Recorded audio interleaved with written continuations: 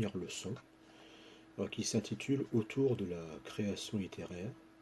Donc bienvenue sur la chaîne Senzaka Media et votre animateur Kwame Meherpa va vous accompagner pendant quelques minutes pour découvrir, je dirais, tout ce qui tourne autour de la création littéraire. Alors, nous allons commencer par les conditions matérielles.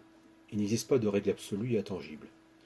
Un environnement plein de vie avec des allées et venues, tel une brasserie ou un bar de quartier, n'entravera pas les facultés créatrices de certains auteurs. Au contraire, d'autres vont préférer des endroits silencieux et retirés, propices à une introspection préalable avant de se lancer dans la rédaction finale de leur manuscrit. Pour les auteurs débutants, il est préférable de privilégier un lieu où règne ordre et harmonie. Débuter dans l'écriture créative, comme bien d'autres métiers, nécessite une période d'apprentissage.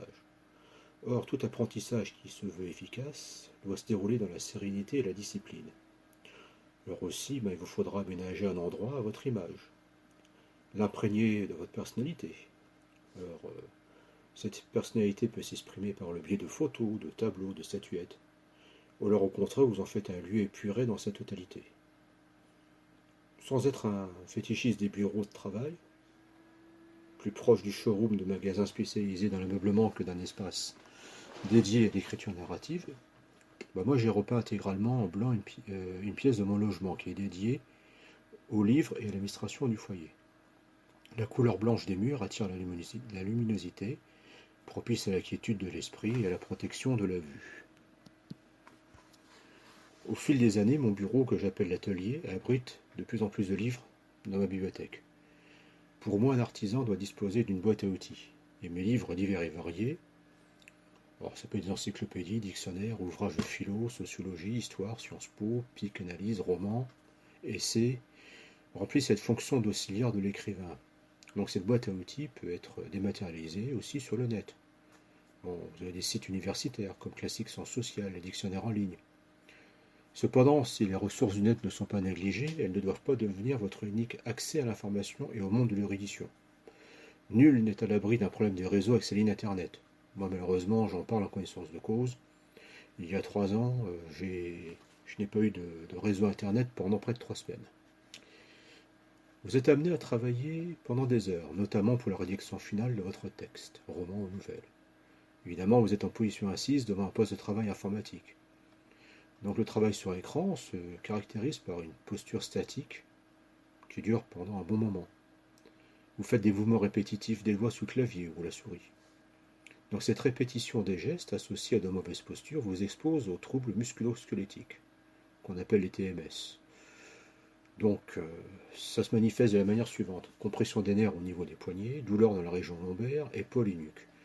Vous avez également une fatigue visuelle, des maux de tête, picotement des yeux, assèchement de l'œil en cas de forte sollicitation de la vue. Alors pour éviter ces désagréments, il vous faudra privilégier un fauteuil bien droit, à 5 branches, ce qui correspond à 5 branches pour les roulettes, afin d'assurer une stabilité et un déplacement sans problème. Il faudra aussi que ce fauteuil ait des accoudoirs réglables. Sa profondeur doit vous permettre d'appuyer le bas de votre dos sans que le bord de ce fauteuil fasse pression sur l'arrière de vos genoux.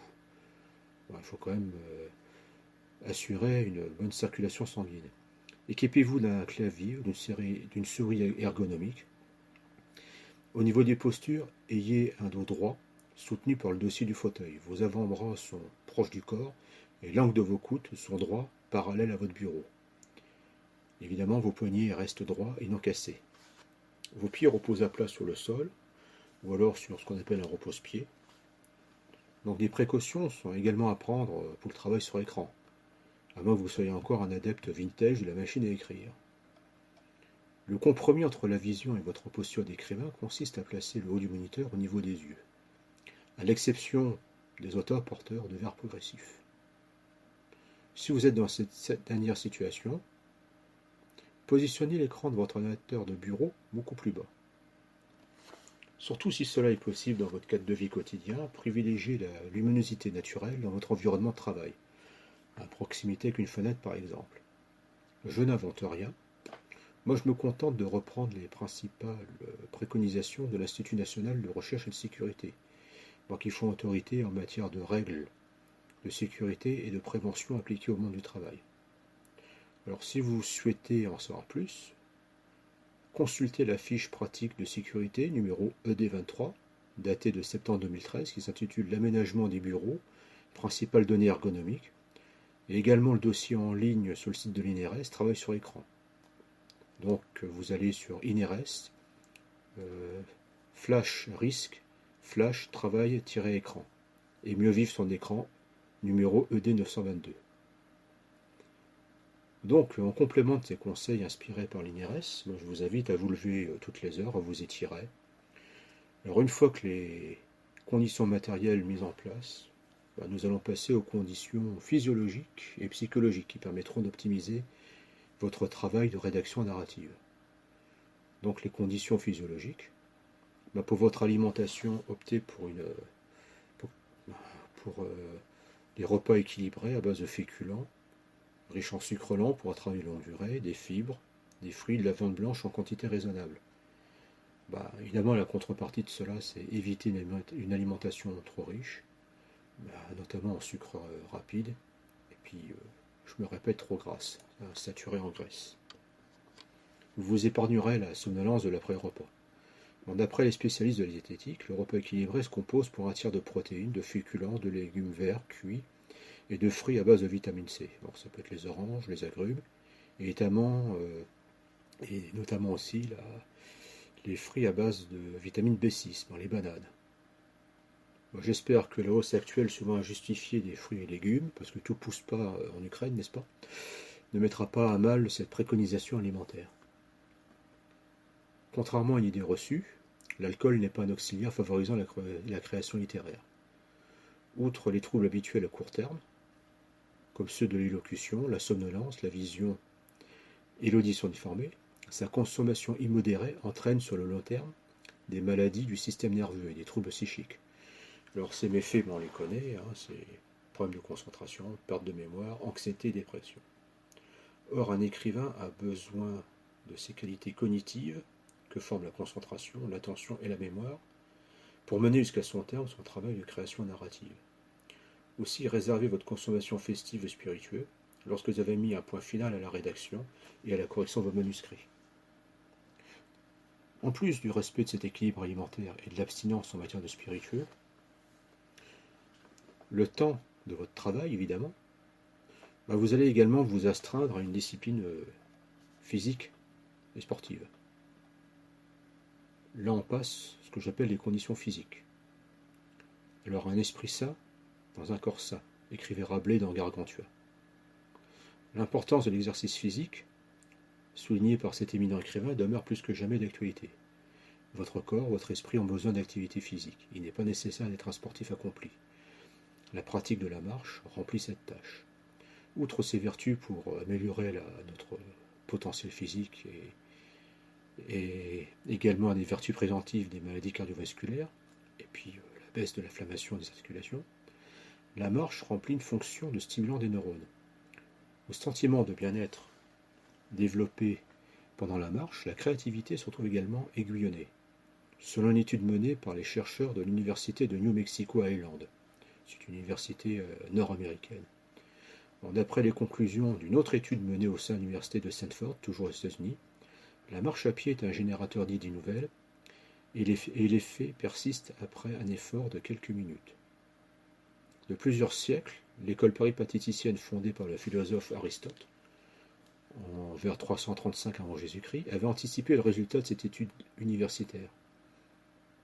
Aristote enseignait à ses disciples en marchant, car la marche favorisait la concentration de ses disciples, leur esprit devenant plus réceptif à l'enseignement du maître. Je tiens à préciser que la marche est bénéfique quel que soit le lieu où elle est pratiquée, les bois, parcs urbains, comme le parc de la Courneuve, les forêts, les champs, les rues des petites, moyennes ou grandes villes, les bases de loisirs, bords de canal, etc. L'idéal consiste à varier les paysages pour stimuler l'activité imaginative ou simplement à apprécier le changement lumineux de son environnement familier au gré des saisons. Ainsi, moi, plusieurs fois par semaine, je m'adonne à la pratique paisible de la marche. En plus du ressourcement physique procuré par cette activité, je constate qu'il y a aussi une intense cogitation. Ainsi, pendant le premier confinement sanitaire de 2020, dues au célèbre Covid-19, mes promenades limitées mais journalières, ont débouché sur la rédaction d'une nouvelle qui narre l'errance d'un légionnaire romain d'origine nubienne, affecté dans le nord de l'actuelle Grande-Bretagne. Il est coincé entre deux époques. Les ruines des murs d'enceinte d'une vieille propriété boisée, guère éloignée de ma résidence, m'ont inspiré la vision du limès. Le limès étant la muraille construite par l'empereur romain Adrien pour protéger la Bretagne romaine des incursions pictes, donc c'est les peuplades de l'actuelle Écosse. Pour conclure, je parlerai des stimulants sonores favorables à la création littéraire. Donc je pense au rôle de la musique dans le processus créatif de l'écrivain. Là encore, il n'existe pas de règle absolue, car certains préfèrent le silence créatif, d'autres vont, comme Stephen King avec la musique métal, dresser un mur de son, pour s'isoler du reste du monde, et du logement où ils vivent. Aucun courant musical ne possède un monopole pour favoriser la création littéraire. Cela relève de la sensibilité individuelle de l'écrivain et surtout de chacun. Qu'il écoute de la musique européenne dite classique, de l'électro, du rap, de la musique traditionnelle, l'écrivain est à l'écoute de sa propre sensibilité. Et lorsque des images arrivent en flot dans son esprit, la musique a repris sa tâche d'auxiliaire à la création. Il en est de même aussi, je dirais, pour le cinéma, qui peut être également une source de stimulation intellectuelle intense. Voilà, j'en ai fini avec cette première leçon. Donc, si vous voulez vous abonner à ma chaîne, il suffit de cliquer en bas. Je vous remercie, au revoir.